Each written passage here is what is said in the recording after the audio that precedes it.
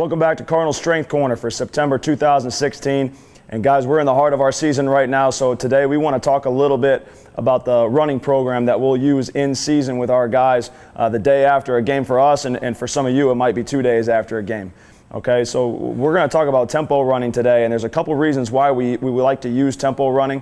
We still want to get a conditioning effect, but we also want to use it as a recovery tool. Okay, so if you can kind of see on the board here, the 3 reasons why we really like to tempo run the most, is to increase the amount of blood flow back to the body, after a game that might have taken place a night or 2 nights ago.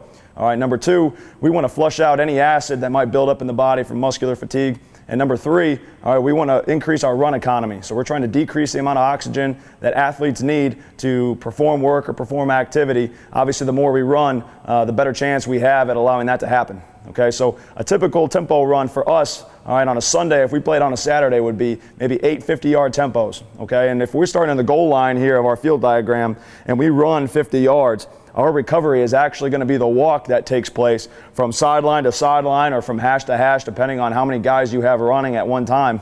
But that walk is going to allow that blood flow to continue to circulate, so that by the time you get to the other side, you should be well rested, but you didn't just stop and stand there until it was time to run again. You continue to move just at a very slow walking pace, and then we can run back to our goal line, and we work in this clockwise fashion, so at no point do you have to worry about where you start to lay out your field and how you want guys running to and from. It's very simple and just working in this circular pattern right here.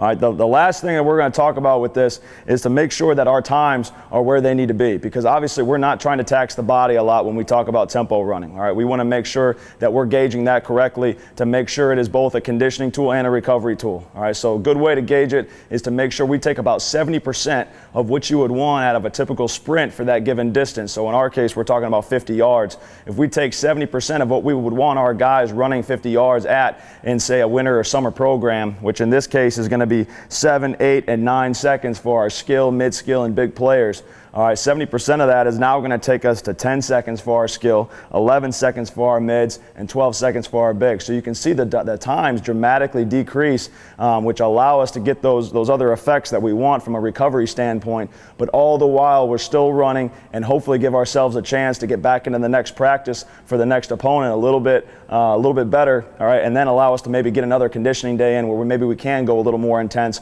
once our bodies are fully recovered from that previous game. Hope you guys enjoy this. We'll see you next month.